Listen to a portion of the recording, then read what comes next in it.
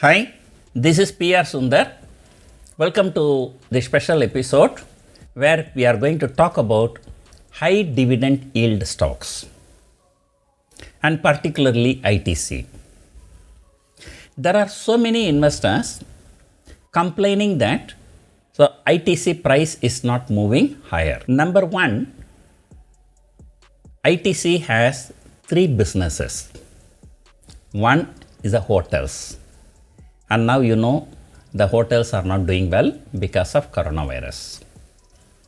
And number two is cigarette. People when they work, they get stress. So to release the stress, they smoke.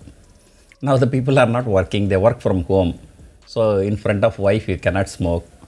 So probably that could be one reason. That's for fun. I'll come back to cigarette story little later. And the third one is FMCG.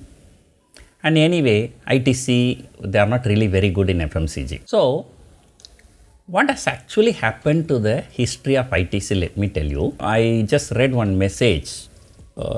They said that Warren Buffett said that. So, the Wall Street professionals, they are very good in their mathematics calculations. But we understand the human behavior better. So, sometimes stock market don't work with the logic.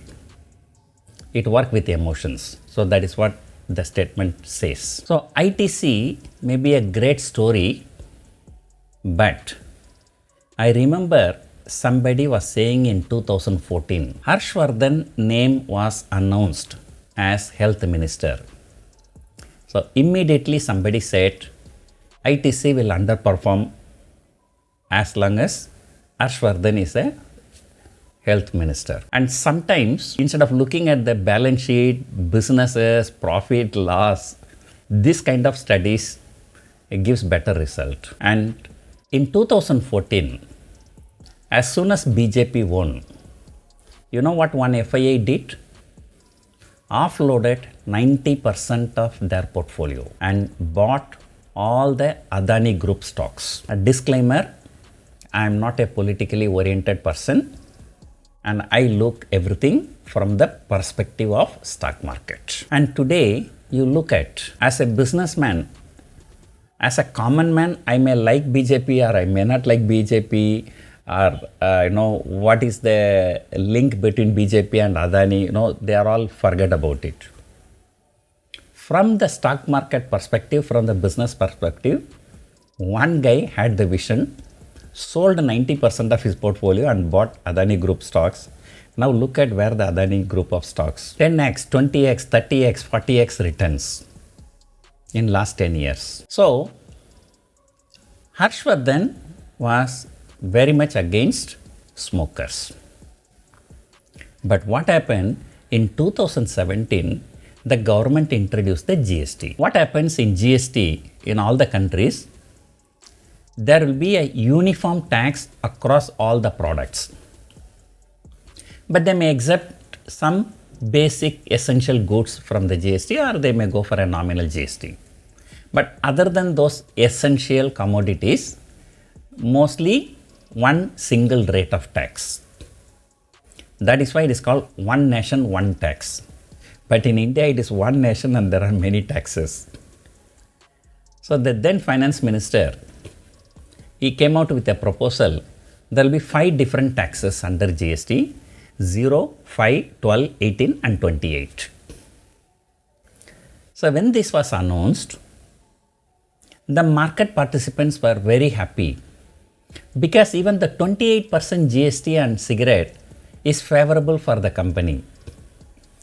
And the prices shot up. And ITC, I think it went up to 330. Then came one GST council meeting. They said 0, 5, 12, 18, 28 is only for other products. There are some products which are called SIN product, S-I-N, SIN. And for those products, there will be an additional tax of 15%. That is 28% plus 15%. Its total is 43%. And luxury cars, carbonated drinks and tobacco. So all these three come under that.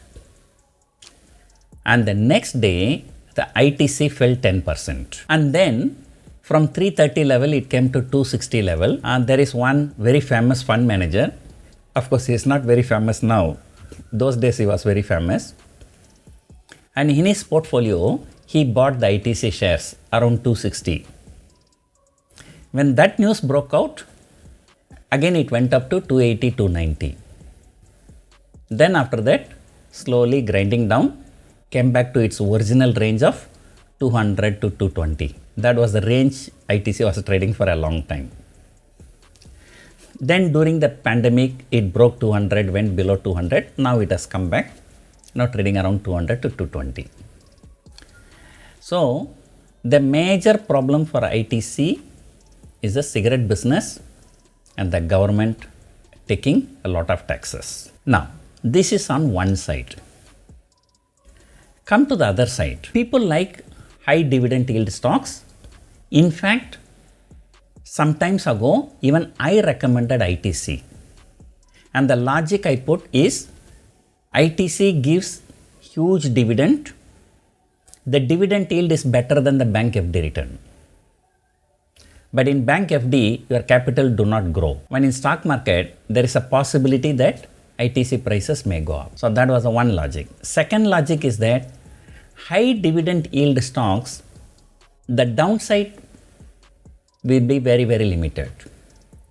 You know, at 200 rupees, it is already giving 5-6% dividend yield. If it goes to 100 rupees, the dividend yield is going to become 10-12%. So more people will be ready to buy. So this kind of high dividend yield stocks, one good thing is that it gives better return than bank FD in terms of dividend. Number two, the downside risk is very, very limited. And of course, upside will also be limited. And today we are going to discuss about why the upside may be limited. Few years before, the companies make profit, they give the dividend to you. While giving the dividend to you, they have to pay something called dividend distribution tax, which is approximately 20%. Let us say a company making 120 rupees profit and want to give that 120 rupees profit as the dividend. Then what they will do, they will give you 100 rupees dividend. The 20 rupees will go for the dividend distribution tax. But when you receive the dividend, that dividend is tax-free income. But later, what they have done, they have abolished the dividend distribution tax. Now the companies don't pay the dividend distribution tax, but they give the dividend to you, and when you receive the dividend, that will be considered as your income and you will be taxed accordingly. For very small investors who have very little income, when they receive the dividend, when the dividend is added into their income, it's not going to make any big impact. But look at the HNIs and ultra HNI clients. And ultra HNI clients are the people who are making more than 5 crore per annum. The tax is about 42%. So when they receive the dividend, so the 42% will have to go as a tax. Let me come back to a simple mathematics. Last time company make 120 rupees, 20 rupees goes to dividend distribution tax, 100 rupees go to the client gets 100 rupees tax-free income. Now what happens, the company makes 120 rupees, the entire 120 rupees is giving to the client. The client receiving 120 rupees, he has to pay 42% tax, which is about 50 rupees. That means post-tax, he gets only 70 rupees. Earlier he was getting post-tax 100 rupees, now he is getting post-tax only 70 rupees. So because of this reason, the ultra HNI clients have lost interest in putting the money in high dividend yield stocks. So ITC is one such stock. There are many other stocks like PFC, REC. There are many high dividend yield stocks. They have also not been performing well for the past few years. Of course, while falling also, they are not falling much. But you look at, stocks like Tata Steel shot up 3 times, Bajaj Finance shot up 3 times from the low levels.